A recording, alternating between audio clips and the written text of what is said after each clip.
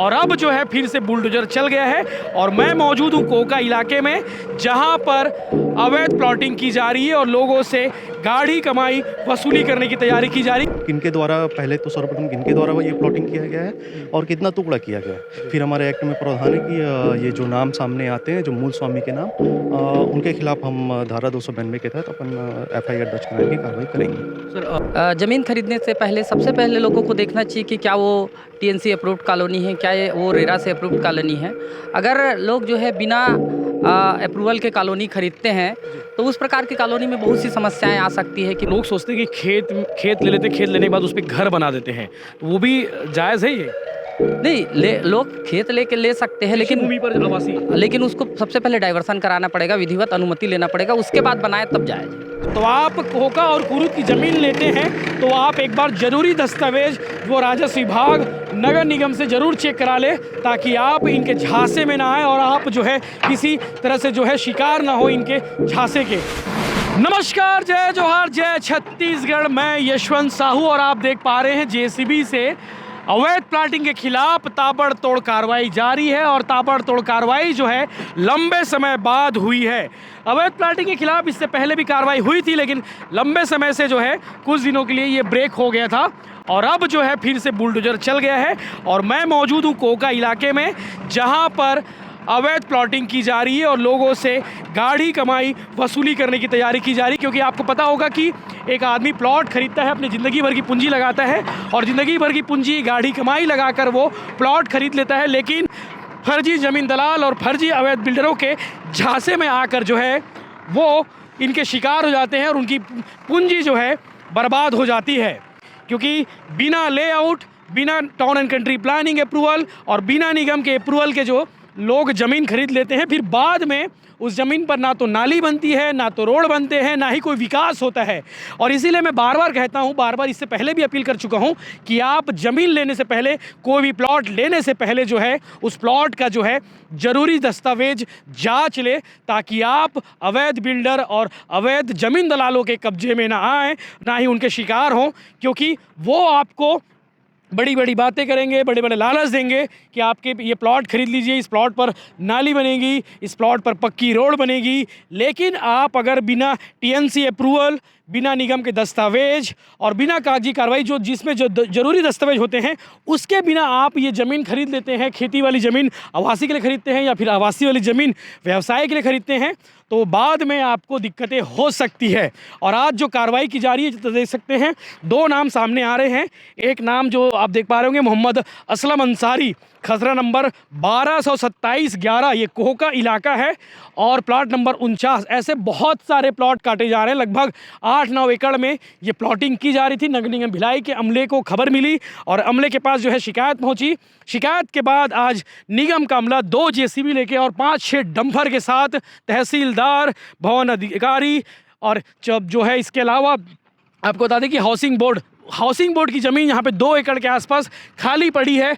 उस housing board की ज़मीन पर भी इन ज़मीन दलालों का जो है निगाहें थी, गिद्ध निगाहें थी और उस गिद्ध निगाहें के साथ जो है उस ज़मीन को भी कब्जा करने की पूरी तैयारी की गई थी। लेकिन आज JCB की साथ निगम की टीम, प्रशासन की टीम और हाउसिंग बोर्ड की टीम पहुंची और अब पहुंचने के बाद ताबड़तोड़ कार्रवाई की जा रही है।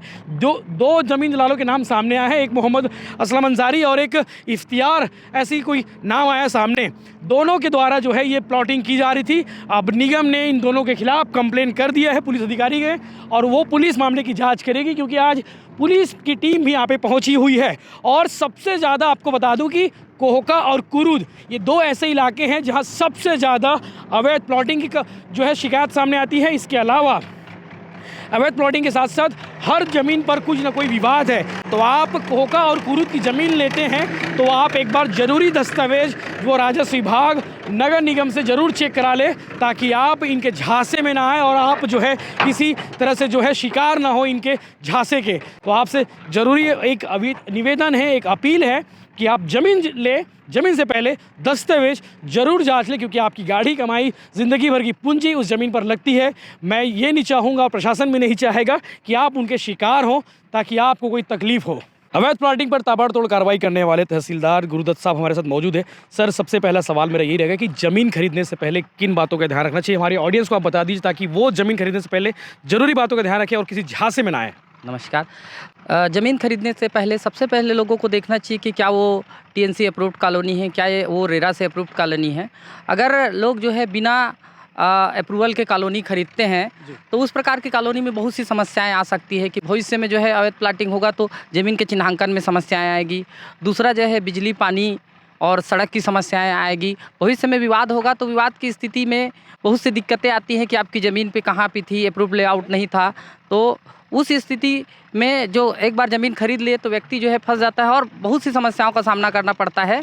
और एक समय ऐसी स्थिति आती है कि एक दूसरे के ज़मीन के विवाद से लोग लड़ते रहते हैं, आजू बाजू के प्लाट वाले, क्योंकि उसमें फिक्स नहीं है कि कितने बाई कितने का था या कितना था। इस आधार पे लोगों को हमेशा अप्रूव्ड लेआउट वाली ही कॉलोनी में ज़मीन खरीदनी यानी चाहिए। कि आप फर्जी दलाल और फर्जी बिल्डर से ज़मीन लेते हैं और बिना कागज़ देखे ज़मीन ले लेते हैं तो बाद में तकलीफ होना जायज़ है और तय है। देखिए, मात्र ज़मीन भूमि स्वामी के नाम पे भूमि है, उस आधार पे ही ज़मीन खरीद लेने ही पर्याप्त नहीं है। आप सारी चीज़ों को देखें, सिर्फ उसके नाम पे B1 में ज़मीन है, इतने से ही ज़मीन खरीद लेना पर्याप्त नहीं है। आप ज़रूर देखिए कि कॉलोनी अप्रूव्ड है कि नहीं। चाहे तो अगर देखते हैं तो अगर कोई कहता है रेरा अप्रूव्ड है तो आप रेरा के साइड में भी जाके उसको चेक कर सकते हैं, उसका सारा लेआउट मिल जाएगा आपको वहाँ पर। जी सर, एक सवाल और है। लोग सोचते हैं कि खेत ले लेते हैं, खेत लेने के बाद उस पर घर बना देते हैं, तो वो भी जायज़ है ये? नहीं, लोग खेत लेके ले सकते हैं, कृषि लेकिन भूमि पर आवासीय। लेकिन उसको सबसे पहले डाइवर्सन कराना पड़ेगा, विधिवत अनुमति लेना पड़ेगा, उसके बाद बनाए तब जायज़ है। जी तो सर, आज आप दोपहर में पसीना बहा रहे हो, कितना एकड़ ज़मीन पर यहाँ पे अवैध प्लाटिंग हुई थी यहाँ जिसमें पे कार्रवाई कर रहे 6 एकड़ ज़मीन पर अवैध प्लाटिंग हो रही थी, जिस पर नगर निगम ने नोटिस दिया था इन सामने वालों को और उसके आधार पर कार्रवाई करने के लिए उपस्थित हैं? हुए। अवैध प्लाटिंग करने वालों के नाम सामने आए सर, कौन कौन है? अवैध प्लाटिंग करने वाले का नाम इसमें मिल जाएगा लिस्ट में। जी उसमें नाम है 6 शायद खातेदार है इसमें। जी, पिछले दिनों सर कलेक्टर साहब थे, उन्होंने कहा था कि FIR कराई जाएगी, तो क्या इस टाइप की कोई कार्रवाई? हाँ जी, बिल्कुल। जो अवैध प्लाटिंग कर रहे हैं उस पर FIR वगैरह की कार्रवाई जो निगम के द्वारा नगरीय क्षेत्र में की जाती है। सबसे ज़्यादा सर कोहका और कुरुद इलाके में प्लाटिंग की शिकायत होती है, तो इन प्लाटरों के खिलाफ क्या कार्रवाई कुछ? इनके खिलाफ हम लोगों ने बीच में प्रकरण भेजे थे जिसपे लगभग 200 से 300 खसरों पे बैन लगा हुआ है। जी ठीक, शुक्रिया सर।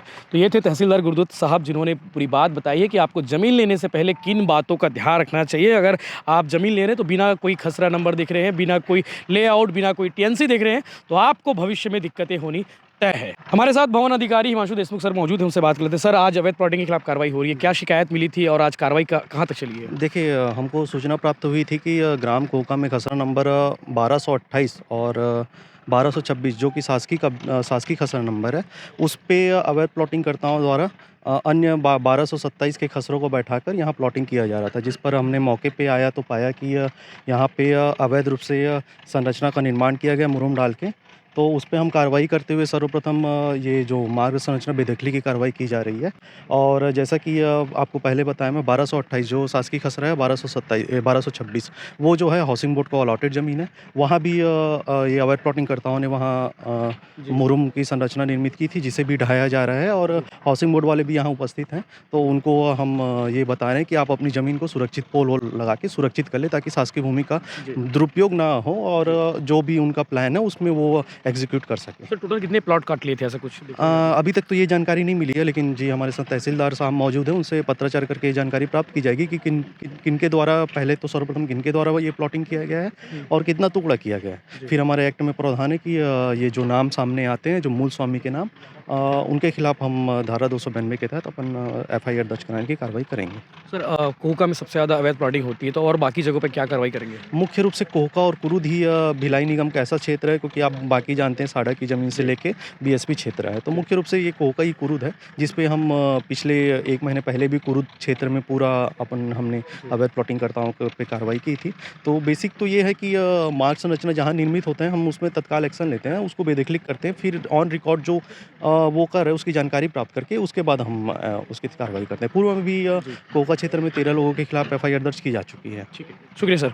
हिमांशु देशमुख थे, जिन्हें आपने सुना, और उससे पहले आपने तहसीलदार साहब को सुना। वो बता रहे थे कि किस तरह से अवैध प्लॉटिंग करने वाले जो भू माफिया हैं वो किस तरह से जो है सरकारी ज़मीन तक को नहीं छोड़े। हाउसिंग बोर्ड की ज़मीन है, लगभग 2 बड़े-बड़े खसरा नंबर है, उन दोनों खसरा को जो है वहाँ पे भी अवैध प्लॉटिंग करने की तैयारी चल रही थी और बाकायदा प्लॉट बेचे जा भी रहे हैं, ये भी स्पष्ट रूप से सामने आया और एफआईआर करने की भी तैयारी की जा रही है। तो आप सबसे एक बार फिर से गुजारिश है मेरी कि आप ज़मीन खरीदी बिक्री करने से पहले ज़रूरी चीज़ों का ध्यान रखें। आप अगर ज़मीन लेते हैं तो कहीं भी ज़मीन ना ले लीजिए और किसी से भी ज़मीन ना ले लीजिए। आप रेरा अप्रूवल है कि नहीं ये ज़रूर देखिए, आप उनके पास टीएनसी अप्रूवल है कि नहीं ये भी देखिए, इसके अलावा नगर निगम से अप्रूव्ड कॉलोनी है कि नहीं ये भी देखिए।